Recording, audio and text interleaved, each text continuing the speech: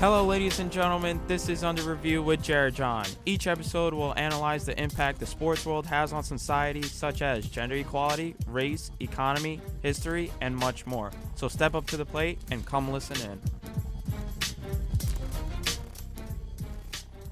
Welcome back, ladies and gentlemen. Thank you so much for joining me today. Today I have a very special guest with me. He's the Director of School of Communication and Media here at Montclair State University. He's a sports commentator for Northeast Public Radio and a contributor to WAMC. And he has a new piece titled Teams You Won't See in the NCAA Tournament. Ladies and gentlemen, my guest at this time, Dr. Keith Strudler. Dr. Strudler, how are you doing today? I'm fantastic. How are you? I'm pretty good. I'm excited to get into this topic. We're going to talk today about Colin Kaepernick. Obviously, a lot of people have heard. If not, I'm here. Jared John is here to give you kind of a brief overview of what's happened in his life.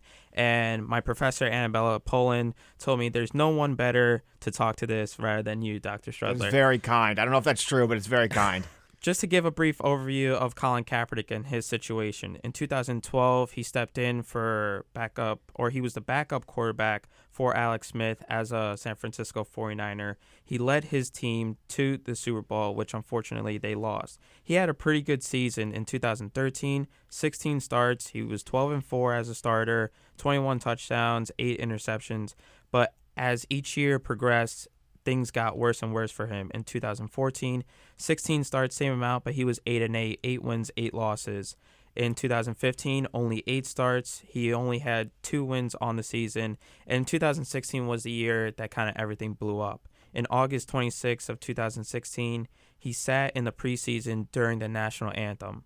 And then in September 1st, it was the first time ever he took a knee during the national anthem. And his reason for that is, quote, "I'm not going to stand up and show pride in a flag for a country that oppresses black people and people of color," end quote. Dr. Strudler, what was your first initial reaction to Colin Kaepernick taking a knee and protesting? Sports always been a space where protests exist, so I guess it wasn't all that surprising. And we were at a time when those kind of movements were becoming more prevalent, and so it felt fairly natural. I guess the thing that was surprising or different is the NFL has a certain tradition of America kind of embedded into it. So it was a little bit more dangerous, I suppose, to take that stand than it might in the NBA, where I think there's always been a little bit more history of kind of player engagement and activism, and certainly even the racial balance of the NFL is different than the racial balance of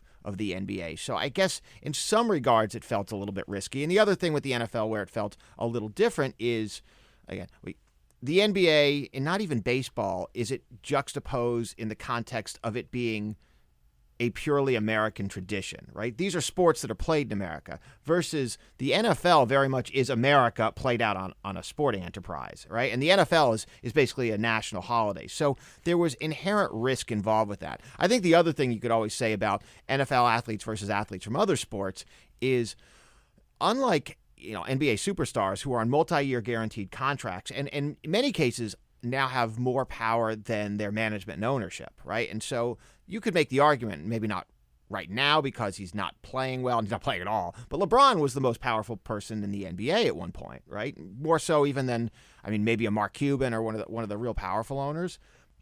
I don't think anyone would suggest that he wasn't as powerful as even the commissioner.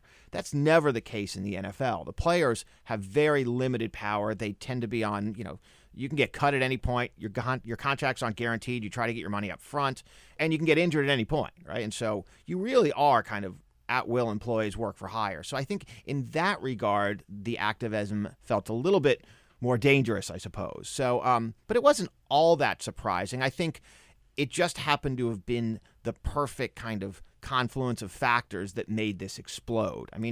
Again, there's been a fairly long history of activism in sport, but this just kind of was the right place, the right time, and things kind of took off. Yeah, I totally agree. And one point that you did touch, and I feel like if this was a different athlete, like if it was a LeBron James that, kneeled first during the national anthem, maybe he wouldn't receive as much of a backlash as the way Colin Kaepernick did, because in 2017, October 15th, he filed a grievance case against the NFL, accusing of the 32 teams of kind of blackballing him and not being able to play. How do you think society reacted to the way he protested in, I believe, the most peaceful way anybody could protest? Yeah, so I believe, God, I wish I'd look at some of the data work. We had done some data work and some survey work when I was in my last job about how people felt about Colin Kaepernick, and it was divided. If I remember, it was very much a split decision. And so America was pretty 50-50 on whether or not, this is the right thing, the wrong thing. Not surprisingly, the divide came along gender, and actually came along racial and age lines. So younger people were much more supportive of Colin Kaepernick's right to take a knee. Older people, less so. Minorities, much more supportive. African Americans, certainly much more supportive. And white Americans, less so. That said, if I remember correctly, I believe still the majority, it was really, really close in the 50-50 range, were relatively in support. So this wasn't, it wasn't like the whole world was ganging up on Colin Kaepernick. It just happened to have been a vocal percentage of the population. Now, obviously, as most of the public knows, what happened then was he basically lost his job. And by the way, the NFL was in a no-win situation. And I tend to look at things from a very kind of business corporate perspective, like how is this going to play out? And let's not forget, like back when David Stern was commissioner of the NBA, he made, there were athletes that wanted to protest during the national anthem, where they turn their back on the flag, which is one that happened a couple of times. And Stern said you can't do that out in the court, right? And so I believe that was Mahmoud Abdul-Rauf who did that, right? And he was like, look, in this league, you're going to have to stand up for the anthem. This is just what we do. This is the business, right? And so as progressive as the NBA has always been, I mean, other leagues have taken that stand before and said it's a business. When you come out here, you're going to stand. And if you don't want to, you can go to the locker room. We're comfortable with that. I don't think we should unfairly, point at the NFL for doing something that other leagues wouldn't do as well. Obviously, though, what happened was, for whatever reason, and this was a confluence of factors, to be quite honest, teams decided they no longer wanted him on their roster. Look, I haven't certainly been inside the team offices for each of these organizations. I do not inherently, I do not inherently believe that every owner in the NFL is a racist, nor do I. I mean, it's just not in their DNA. I can't talk to the constitution of each one. Roger Goodell, at first and foremost, is a business person, right? Yes. And so he wants to generate as much revenue for the NFL as possible. And I think he will do that in any means he can, right? I think from his perspective, there was a no-win situation. So with the protest, you're losing viewership. If you get rid of the protest, you're losing viewership, right? And so you don't want to be, if you're the NFL, you don't want to be in the middle of these conversations, right? The NFL has a coast-to-coast strategy, right? Like the NHL doesn't have to get all of America watching hockey. That's just not part of who they are. They don't have to. The NFL only survives, and it's billions and billions of dollars, annual kind of budget, if like half of America watches it. When you start to have these movements that either way 50% is going to not be a fan of, you kind of need to get rid of it, right? And so I don't know exactly, how this all came to be that he couldn't find a job in the NFL, but I do think that it became an issue that most owners and probably, management at the top realize it wasn't about what side of the argument they wanted to take. It's that they couldn't win either way, right? And so you kind of almost, if you're a business person, you don't want that as part of most of these guys don't own teams because they want to get into social activism. They own teams because they want to own a football team and they enjoy that. And so it almost became a problem regardless of which way they went. Now, there's a couple of things that probably also need to come into play. And as you probably also know that the case was settled. The NFL is paying, whatever they're paying to Eric Reed as well, who's back in the league. Colin Kaepernick is not. What I'm not qualified enough to speak about, and I think it gets lost in the sauce and the stuff, is whether or not Colin Kaepernick would have continued or would have, he wasn't at the point when he kind of left, but would have been a kind of a franchise or a top quarterback in the league. My personal opinion was his best days were still behind him. And this is, leave out the politics of it all. I tend to think that a lot of run first quarterbacks, they're great when they first get there, and then the defenses figure it out. I think you have to have a running weapon if you're quarterback. You have to be able to run the ball. In today's NFL, you have to have that as an option. But if that is your primary form of attack, you'll live by the sword and die by it. Look, these defensive backs are too fast and too strong in the NFL. You're not playing college kids anymore. And so I mean, even with with Michael Vick, when Michael Vick, even when he first came back, I was like, oh my God, no one will ever contain this guy. And then all of a sudden, coordinators got together with talented, defensive back, and they're like, all right, this is what we're going to do to Michael Vick. And next thing you know, if he couldn't complete the passes, yeah, he wasn't gonna. He struggled. Absolutely. You do figure these guys out, and you could say in a very different way. You could say the same thing for a guy like Tim Tebow. Tim Tebow in college is the best player on any field, right? You put him in the NFL when there are people that are just as strong and just as big as. They'll kill him. He had no shot at the NFL, right? Literally no shot. And I would say someone like Kaepernick has a better arm than Tim Tebow, so he has more weapons to work from. But in many ways, it's the same kind of situation where you become a little bit too one-dimensional. So I would also make this argument. Do I believe that Colin Kaepernick is better than a good number of backup quarterbacks, certainly, and a lot of starting quarterbacks? Yeah, but do I believe that that owners are passing up on a franchise quarterback by not picking up? Not really. And I think they weigh the balance of, all right, I could have an okay quarterback on my team and then also deal with whatever baggage I perceive coming with them, or I could just pass and get the next, semi-average quarterback that's coming out of Purdue or whatever, and he'll last 3 years and I'll get someone. I don't think this wasn't a Tom Brady figure, right? Yeah. This wasn't Russell Wilson. Those guys, you figured out, right? So it's different.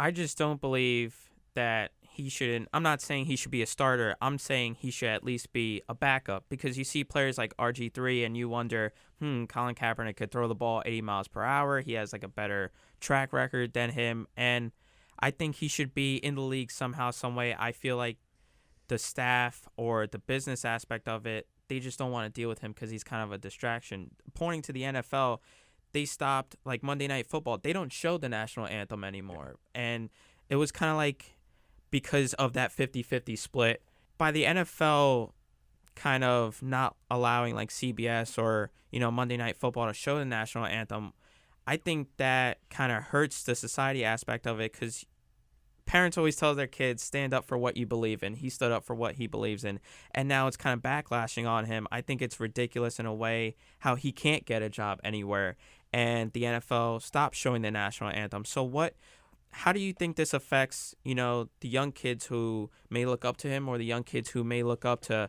yes, I'm going to stand my ground and I'm going to prove something? So I agree with you. Look, I think on principle, this should not be a reason. I think we'd all like to believe this shouldn't be a reason that Colin Kaepernick is kept out of the NFL.